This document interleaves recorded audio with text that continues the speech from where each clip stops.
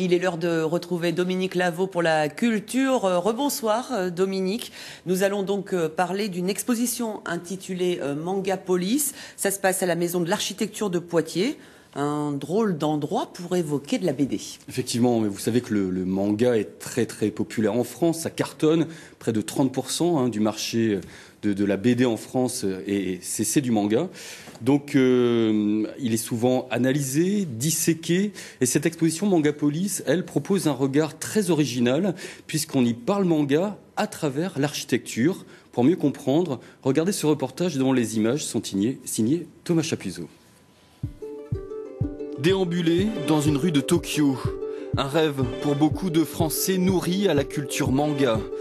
Alors, une poignée de redoutables nippophiles a décidé d'allier architecture et BD japonaise le temps d'une exposition, afin de partager avec le plus grand nombre les trésors de ces villes où même l'anecdotique devient soudain féerie. Tout devient source d'émerveillement. On en vient à s'arrêter devant une bouche d'égout parce qu'elle est dessinée, il y a un petit personnage dessus. On lève la tête et on tombe sur un poteau électrique avec plein de câbles qui viennent dedans et paf, on fait une photo alors que c'est absolument hideux. Mais c'est hideux d'une manière merveilleuse et étonnante. Vraiment, à tous les coins de rue, il y a quelque chose comme ça qui attire le regard, qui attire la surprise. Associer manga et architecture semble finalement évident, tant les villes occupent une place importante dans le récit des auteurs japonais.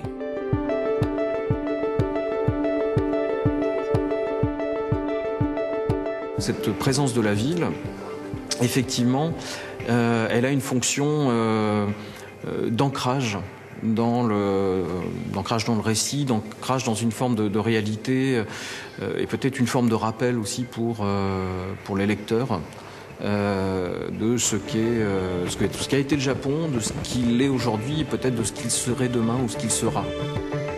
Les villes japonaises sont souvent vertigineuses, des mégapoles où les visiteurs ont le sentiment de voyager dans le futur, mais pas seulement.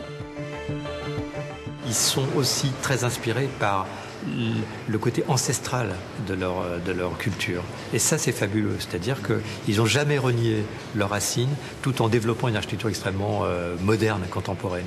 Et ça, c'est très fort. Et je pense qu'effectivement, c'est un exemple extraordinaire, le Japon, pour ça.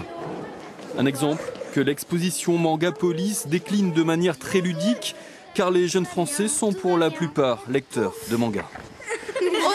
Osaka. Et vous lisez des mangas à la maison? Oui, moi. Qu'est-ce que vous lisez comme manga? Naruto. Moi, c'est Naruto. T'as appris quoi? J'ai appris qu'il y avait plein de tremblements de terre. Les immeubles élastiques. Oui, c'était un peu élastique pour pas qu'ils tombent. L'exposition Mangapolis permet donc de s'interroger sur nos propres villes à travers le regard des Japonais et de consolider ainsi un peu plus le pont qui relie nos deux civilisations.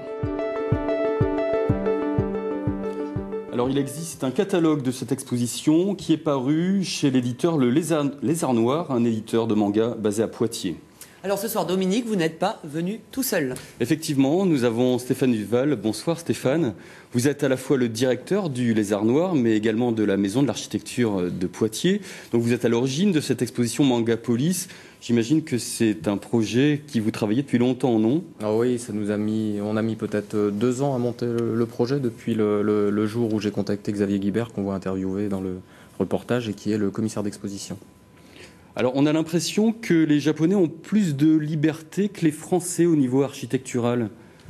Alors, on ne peut pas vraiment dire que le pays ne soit pas uniforme. L'urbanisme se ressemble d'une grande ville à une autre. Mais on trouve disséminés ici ou là des petits bijoux architecturaux qui viennent se positionner et qui font que les architectes ont peut-être plus de liberté dans leur création là-bas parce que la notion de patrimoine n'est pas la même et donc le pays est peut-être pas protégé de la même manière que chez nous, je pense.